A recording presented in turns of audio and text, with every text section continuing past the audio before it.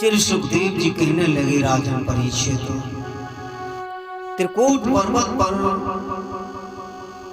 एक त्रिकूट वन था, उसके पास में उसी में एक गजेंद्र नाम का हाथी रहता था।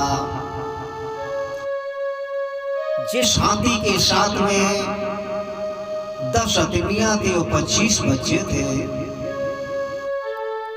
लेकिन गजेंद्र नाम का हाथी बहुत घमंडी था। धीमे धीमे समय बीता, जंगल के जितने भी पशु हैं सभी को ये सताता है।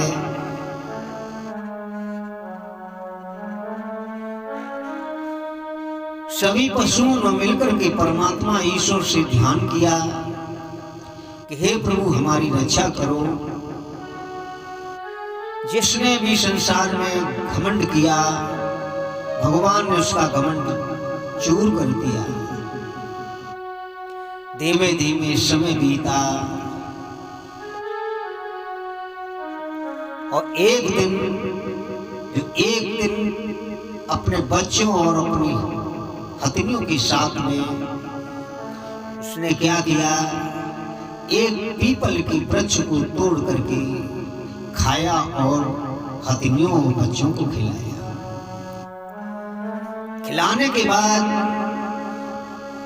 जब उस गजेंद्र नाम के हाथी को प्यास लगी तो एक सरोवर था, उस सरोवर में जाकर के जल पीने लगा। जल पी करके और उसी जल में आज ये विहार करने लगा। जल के जंतु जो थे वो इनकी लातों से कुचल गए। लातों से जब कुचल गए, गजेंद्र नाम का हाथी चला गया। जल के जंतु जो थे अपने राजा के पास में पहुंचे, मगरमच्छ के पास में, गिरा के पास में।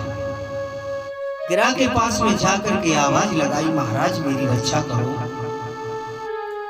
गिरा कहने लगा, क्या बात है, क्या मुसीबत आ गई। जल के जंतु कहने लगे, महाराज बड़े बड़े पशु आते हैं जल पीने के लिए और मैं और मेरा परिवार उनकी लातों से कुचल जाता है, और इसी प्रकार हम कुचल करके मरते रहे तो हमारा परिवार नष्ट हो जाएगा और तुम शासन किस पर करोगे।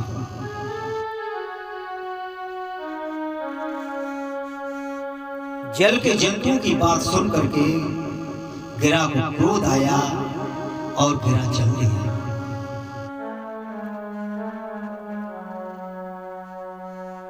दूसरा दिवस हुआ, तीसरा दिवस हुआ, चौथा दिवस हुआ, इसी प्रकार जल पीता रहा। और एक दिन जल पीने के लिए आया, हथनियों के साथ में विहार करने लगा।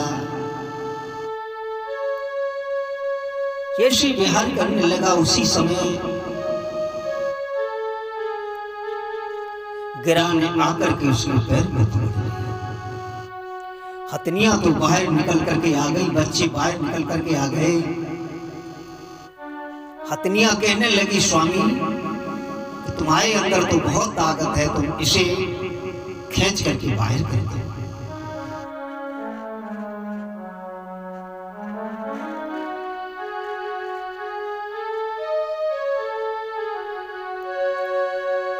वो पानी का ताकतवर था, वो पृथ्वी का जोरावर था। अपनी अपनी जगहों पर दोनों का जोर बराबर था। जितनी ताकत उस हाथी में थी उतनी ताकत उस गिरा में थी। अपने